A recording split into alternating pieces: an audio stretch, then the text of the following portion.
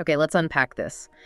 Have you ever felt that that profound whisper, deep down, hinting at a purpose just for you? Like maybe there's a treasure map hidden inside your very being, pointing to something, well, incredible you're meant to do, a life truly lived. Yeah, that feeling's powerful. Absolutely.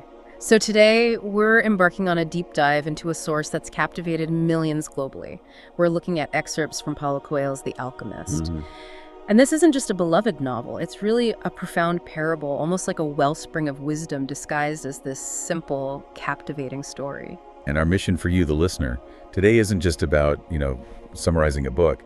It's really about extracting those universal, timeless nuggets of wisdom from Santiago's journey. Yeah. Lessons that kind of transcend the pages and speak directly to your own path of self-discovery. Right. What's truly fascinating here, I think, is how a fictional tale can offer such deeply practical and, transformative insights into pursuing what truly matters to you. It's almost like a blueprint, really, for understanding and embracing your own unique trajectory.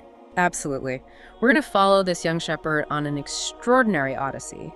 It starts with a vivid dream, and it unfolds into something far more profound than just, getting to a physical destination. The path he treads and the lessons he learns along the way. That's the real gold here. Definitely. So our journey begins with Santiago. He's a young Spanish shepherd, seemingly quite content with his simple nomadic life tending sheep. But his world is, it's about to be completely upended by this recurring dream. Okay. Picture this. A child, appearing to him night after night, tells him about a hidden treasure waiting for him near the pyramids of Egypt. It's so vivid, so persistent, so utterly compelling. It starts to chip away at his comfortable routine. It forces him to confront this longing he didn't even really realize he had. And isn't that often how these profound calls begin? Not always with some dramatic revelation. Yeah. But sometimes just with a gentle, insistent whisper that refuses to be ignored. Yeah. So initially, Santiago seeks out a gypsy woman to interpret his dream. And she gives him some, initial validation. Yeah. Okay. But the truly transformative guidance, the real catalyst, comes from this mysterious old man, Melchizedek, who calls himself the King of Salem. Melchizedek. Yeah, and he's the one who introduces Santiago to the core philosophical teaching of the book, this concept of the personal legend. Personal legend. Okay, what exactly does that mean in this context? Well, it isn't about some rigid, predetermined fate, like a fortune teller's prophecy etched in stone that you just sort of stumble upon. Instead, Melchizedek reveals it as your deepest desire, that unique purpose woven into the very fabric of your being. Ah. Really? It's the specific calling only you can answer. It's a dynamic journey, really, of actively aligning your choices with your authentic self. It's like discovering the operating manual for your own soul and then actually picking it up and starting to live by it, step by step, even when you don't fully understand where it leads yet. Wow. And Melchizedek doesn't just impart abstract wisdom, does he? He gives Santiago two very curious, sort of tangible gifts. Two magical stones, Urim and Thummim, to help him make decisions. What's the true significance there? Are they just magic aids or something deeper? That's a great question, actually, because they're far more than just lucky charms. They are really externalized symbols of internal wisdom and intuition. One stone means yes, the other no, right? Right. But they're not meant to replace his own thinking entirely. It's more like they're meant to be consulted when the path isn't clear. It sort of pushed Santiago to listen more intently to his inner voice, to connect with his gut feeling. Okay, so learning to trust himself. Exactly. They teach him to trust his own discernment, rather than blindly relying on external signs all the time. And this raises an important question for you, the listener. What's your personal legend? And how do you even begin to discern it? Do you have your own Urim and Thummim, so to speak? Whether it's a specific practice, maybe a trusted mentor, or simply learning to quiet the noise and listen to your inner knowing. So, armed with this newfound understanding and those intriguing stones, Santiago makes this just astonishing commitment. He sells his entire flock of sheep. Yeah. I mean, think about that for a moment. His livelihood, his security, his entire known world. It's a huge step. Massive. A complete break. A complete break from his familiar, comfortable, predictable life. He liquidates everything to finance his journey to Africa. But then, almost immediately, life throws its first, brutal curveball. His money is stolen the moment he sets foot on African soil. Oof. What an immediate, brutal reality check. It's like the universe saying, oh, you thought this would be easy. Exactly, and that's such a crucial point. This isn't just some convenient plot device, right? Right. It's a fundamental test, a rite of passage almost. It forces Santiago to truly struggle and adapt right from the outset. It strips away his external resources, his comfort zone, compelling him to rely entirely on his internal ones. His wit, his resilience, his creativity. It's a powerful demonstration that pursuing a personal legend is rarely, a straight or easy line. Often, the universe clears the path by removing everything you thought you needed, forcing you to discover what you truly are made of. So how does Santiago adapt? He's a shepherd, used to simplicity, and everything just falls apart immediately. Well, he doesn't give up. Right. Instead, he gets a job in a crystal shop. Yeah. He goes from chasing sheep across fields to meticulously polishing delicate crystals. Talk about an unexpected detour. Totally unexpected. But it's here, in this seemingly mundane crystal shop, that he truly starts to understand that the path isn't just about grand spiritual revelations, it's also about practical grit and, well, hard-won experience. Absolutely. He learns about business acumen, patience, the sheer value of hard work. He even helps the shop owner revitalize his business by suggesting innovations, which showcases his innate resourcefulness, right? Right. He puts up the display case. Exactly.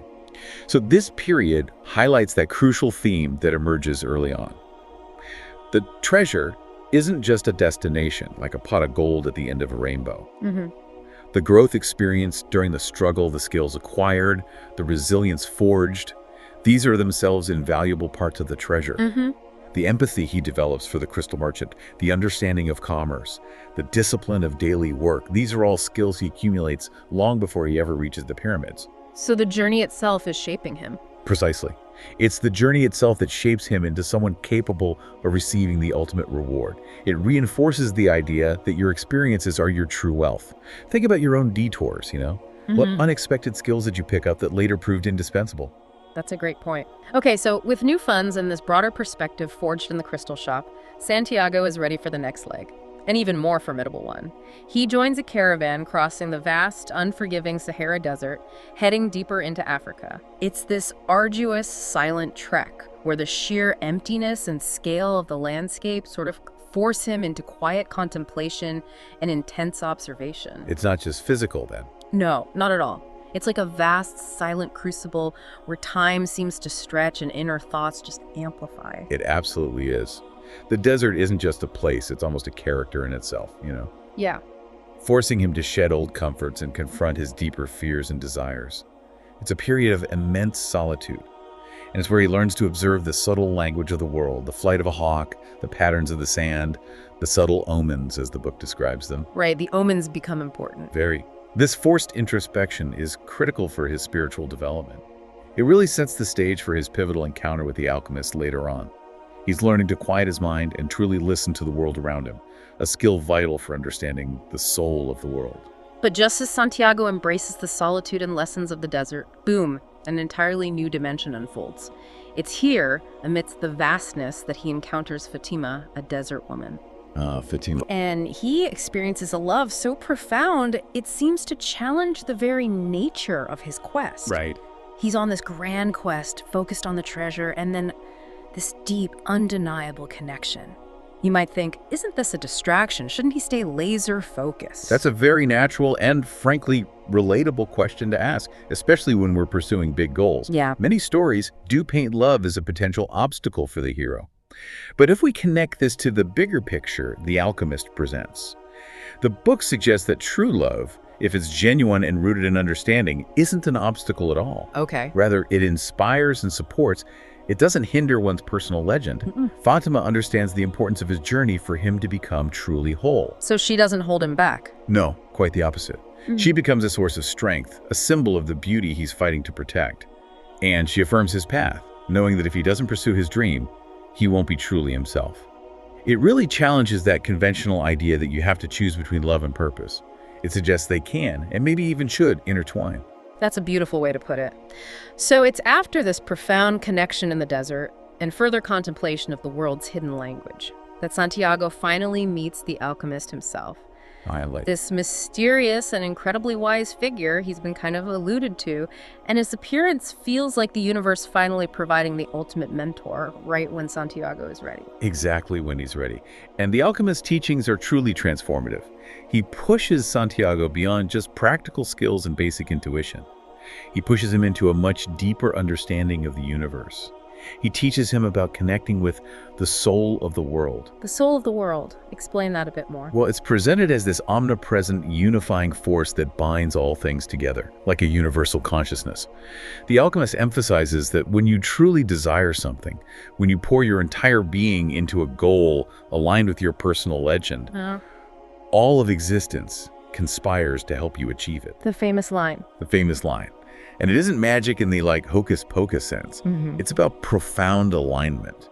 Your inner desires resonating with the universal flow, making your will harmonious with the very fabric of reality.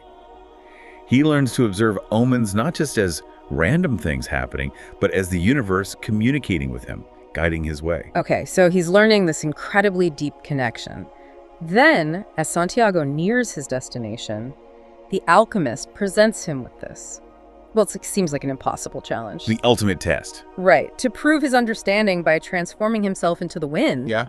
I mean, can you imagine? It's a moment of immense pressure. Santiago has to literally call upon everything he's learned, connect with the soul of the world, and truly believe. How does he even approach that? It's like the ultimate show, don't tell moment for spiritual mastery. It truly is. And for us reading it, this isn't about literal magical shape-shifting. Right, symbolically. Exactly. Yeah. It's a symbolic demonstration of Santiago's profound connection to the universe and his own realized inner power.